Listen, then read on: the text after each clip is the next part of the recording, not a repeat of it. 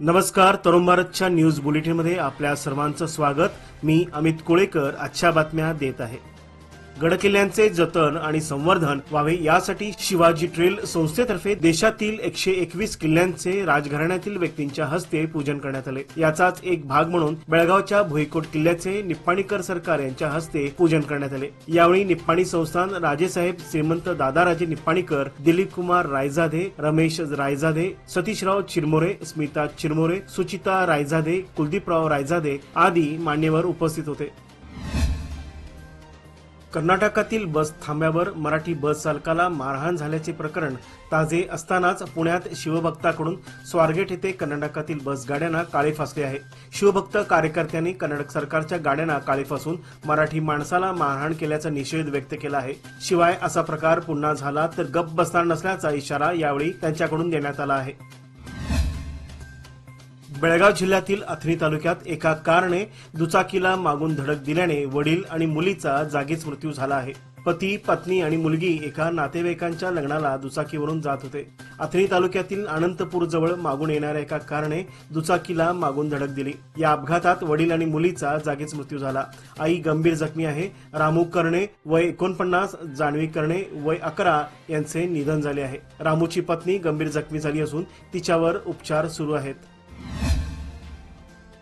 संत निरंकारी सत्संग मंडळाचे मलप्रभा नदी घाटावर स्वच्छता अभियान निरंकारी बाबा हरदेवसिंह यांची जयंती आज रविवारी गुरुपूजा दिन म्हणून साजरी करण्यात आली। यावेळी निरंकारी फाउंडेशनच्या कार्यकर्त्यांनी खानापूर येथील मलप्रभा नदीच्या किनारी स्वच्छता मोहीम राबविली। ही मोहीम यशस्वी करण्यासाठी शशी आनंदजी, आमदार विठ्ठल हलगेकर, सेवा दलाच्या इतर भक्तगणांनी स्वच्छतेचे कार्य पार पडले। या परियोजनेमध्ये जास्तीत जास्त युवक वर्गाचा सक्रिय सहभाग होता।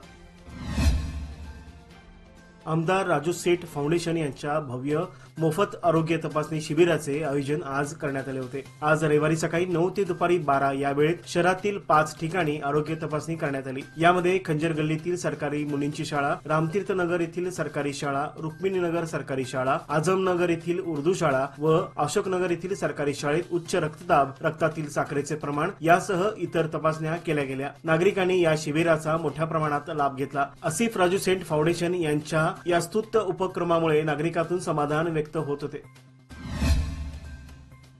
मध्यवर्ती महाराष्ट्र एकीकरण समितीच्या नेत्यांनी महाराष्ट्राचे उपमुख्यमंत्री अजित पवार यांची भेट घेऊन सुप्रीम कोर्टात प्रलंबित असलेल्या सीमा प्रश्नाच्या खटल्यासंदर्भात सविस्तर चर्चा करून निवेदन देण्यात आले। या खटल्याला गती देता येईल याविषयी महाराष्ट्र सरकारने योग्य ते पावले उचलावीत अशी मागणी करण्यात आली। यावेळी महाराष्ट्र एकीकरण मध्यवर्ती समितीचे खजिनदार प्रकाश मरघाळे, माजी एपीएमसी सदस्य महेश जुवेकर, उमेश पाटील, नेताजी जाधव आदी यावेळी उपस्थित होते।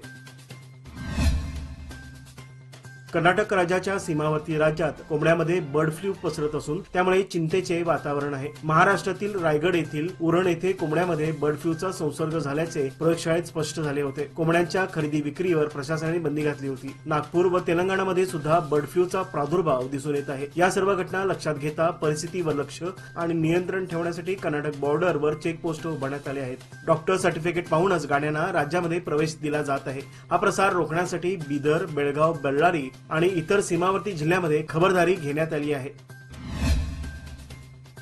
जुन्या काळात मातीची भांडी वापरून स्वयंपाक करण्याची पद्धत होती। कोणताही पदार्थ हा मातीच्या भांड्यात बनवला जायचा, त्यामुळे या पदार्थाची चव वेगळीच असायची। परंतु कालांतराने स्टील, लोखंड, अल्युमिनियम सारखे धातूने बनवलेल्या भांड्यांनी मातीच्या भांड्यांची जागा घेतली आणि मातीची भांडी स्वयंपाकघरातून नामशेष झाली। परंतु आता पुन्हा मातीच्या भांड्यात स्वयंपाक करण्याचा मोठा ट्रेंड सुरू झाला आहे। हौसेपोटी ऑनलाईन मातीची भांडीही विकत घेतली जातात। मात्र बेळगावात अनेक ठिकाणी मातीची भांडी मिळू लागली आहेत। वाटी, पातेलं आदीपासून ते तवा, माठ या वस्तूंच्या किमती 100 रुपयापासून ते 1000 रुपयापर्यंत विकत मिळत आहेत।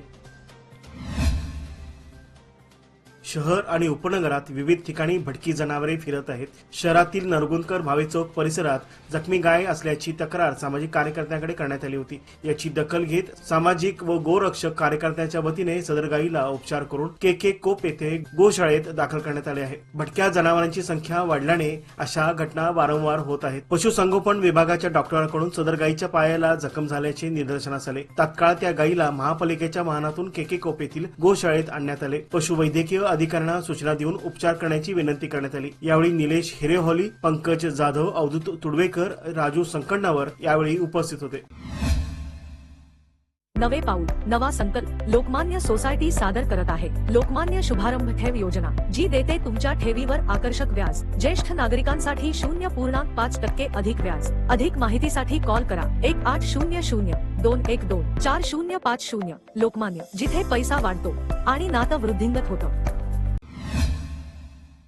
मुलांना शाळेत गुणवत्तापूर्ण शिक्षण मिळाले पाहिजे, यासाठी शासन विविध सुविधा पुरवत आहे। विद्यार्थ्यांच्या अडचणींचा अभ्यास करून त्या दूर करण्यासाठी प्रयत्न सुरू आहेत। याचाच एक भाग म्हणून प्रत्येक विद्यार्थ्याच्या पाठीवर असलेले दप्तराचे ओझे कमी करण्याचा महत्त्वाचा निर्णय घेण्यात आला आहे। त्यासाठी महिन्यातून एका शनिवारी नो बॅग डे उपक्रम निर्णय शिक्षण खात्याने घेतला। मात्र हा निर्णय कागदावरच राहिला आहे। शैक्षणिक वर्ष संपत असले तरी नो बॅग डे उपक्रम शाळा पातळीवर राबविण्यात प्रशासनाला यश आले नाही। राज्य परिवहन खात्याने हाय सिक्युरिटी रजिस्ट्रेशन प्लेट नोंदणीसाठी 7व्यांदा मुदत वाढवून देत ती 31 जानेवारीपर्यंत केली होती। तरीही वाहनधारकाकडून प्रतिसाद मिळत नसल्याचे दिसून येत आहे। त्यामुळे आरटीओ व रहदारी पोलिसांकडून प्रत्यक्ष कारवाई सुरू होत नाही तोपर्यंत वाहनधारक याकडे लक्ष देणार नाहीत, हे आता प्रादेशिक परिवहन खात्यालाही उमगले आहे। परिवहन खात्याने दिलेल्या आदेशानुसार मुदतवाढ संपली तरी अद्याप पुढील कारवाईचा आदेश जारी झालेला नाही। साखरेचा जिल्हा म्हणून प्रसिद्ध असणाऱ्या बेळगाव जिल्ह्यात रेशमी उत्पादन करणाऱ्या शेतकऱ्यांचा कल वाढला आहे। वर्षभरात जिल्ह्यात 1200हून अधिक हेक्टरमध्ये रेशीम लागवड करण्यात आली आहे। यामध्ये साधारण 3,38,172 टन उत्पादन घेतले आहे। रेशीम कृषीसाठी मिळणारी सबसिडी, सहाय्य धन आणि योजनांमुळे जिल्ह्यात रेशीम उत्पादनाकडे शेतकऱ्यांची संख्या वाढती आहे। काही वर्षापूर्वी जिल्ह्यात शेतकऱ्यांची संख्या बोटावर मोजण्या इतकी होती। सध्या जिल्ह्यात रेशीम खाते सुमारे 2,570 शेतकरी रेशीम उत्पादक शेती करत आहेत। गोवा राज्य सरकारने काजूसाठी किमान आधारभूत दर प्रति किलो 170 रुपये निश्चित केला आहे। त्याचप्रमाणे कर्नाटक सरकारनेही काजूला आधारभूत दर जाहीर करावा अशी मागणी काजू उत्पादक शेतकऱ्यांनी केली आहे। बेळगाव जिल्ह्यातील बेळगाव आणि खानापूर तसेच हुक्केरी तालुक्यातील काही भागात काजूचे उत्पादन केले जाते। मात्र काजू विक्रीसाठी बाजारपेठ आणि आधारभूत किंमत मिळत नसल्याने उत्पादकांना दरवर्षी याचा फटका बसू लागला आहे। त्यामुळे आधारभूत किंमत मिळावी अशी मागणी शेतकऱ्यांतून होऊ लागली आहे। उन्हाळा सुरू होताच कलिंगड विक्री ही जोमाने सुरू होते। यंदा कलिंगड दरात वाढ झाल्याने नागरिकांना जादा पैसे मोजावे लागत आहेत। यंदा जिल्ह्यात कलिंगडाच्या लागवडीत मागील वर्षीपेक्षा जास्त आहे। मात्र मध्यस्थीकडून लागवड केलेल्या जिल्ह्यातील शेतकऱ्यांना म्हणावा तसा दर मिळत नसल्याने त्यांना आर्थिक संकटाचा सामना करावा लागत आहे। महाराष्ट्रातील सांगली, कोल्हापूर या भागातील कलिंगड बेळगाव जिल्ह्यात मोठ्या प्रमाणात विक्रीस उपलब्ध होत आहेत। मागील वर्षी बेळगाव जिल्ह्यात 206 हेक्टर प्रदेशात कलिंगड पिकाची लागवड करण्यात आली होती, तर यंदा 251 मध्ये कलिंगड पीक घेण्यात आले आहे। खानापूर तालुक्यातील हब्बनटी येथे मलप्रभा तीर्थक्षेत्र या ठिकाणी बुधवार दिनांक 26 व गुरुवार दिनांक 27 फेब्रुवारी रोजी महाशिवरात्री निमित्त यात्रा महोत्सवाचे आयोजन करण्यात आले आहे। येथील महाशिवरात्रीच्या उत्सवाला खानापूर, बेळगाव तसेच महाराष्ट्र आणि गोव्यातील नजीकच्या भागातील भाविक मोठ्या संख्येने हजेरी लावित असतात। बुधवारी पहाटे काकड आरती, अखंड हरिभजन व देवतांचे पूजन होणार आहे। या कार्यक्रमाला आमदार विठ्ठल हलगेकर, माजी आमदार दिगंबर पाटील, माजी आमदार अरविंद पाटील, माजी आमदार डॉक्टर अंजली निंबाळकर, किरण गावडे आदी उपस्थित राहणार आहेत।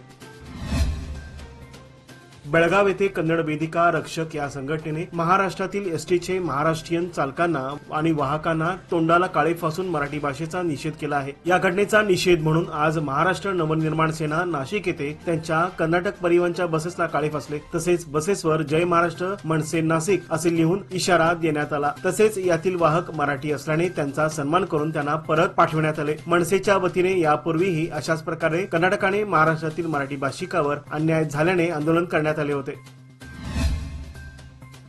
मराठा रजक समाजाच्या वतीने श्री संत गाडगेबाबा यांची 150वी जयंती आज रविवार दिनांक 23 फेब्रुवारी रोजी संत गाडगेबाबा भवन, हुलबत्ती कॉलनी येथे मोठ्या उत्साहात साजरी करण्यात आली। सालाबाद प्रमाणे यंदाही या जयंती निमित्त रक्तदान व आरोग्य तपासणी शिबिर भरवण्यात आले होते। यावेळी समाजातील 35 जणांनी रक्तदान केले, तर 100 नागरिकांनी आपली आरोग्य तपासणी करून घेतली। हे शिबिर व्यवस्थितरित्या पार पाडण्यासाठी गाडगेबाबा युवक मंडळ, महिला मंडळ, लॉन्ड्री ओनर्स, साप्ताहिक फंड, गाडगेबाबा सोसायटी तसेच वधूवर सूचक मंडळ आणि समाज बांधवांनी सहभाग दर्शविला होता। हा कार्यक्रम यशस्वी करण्यासाठी लखन परीट यांनी विशेष परिश्रम घेतले।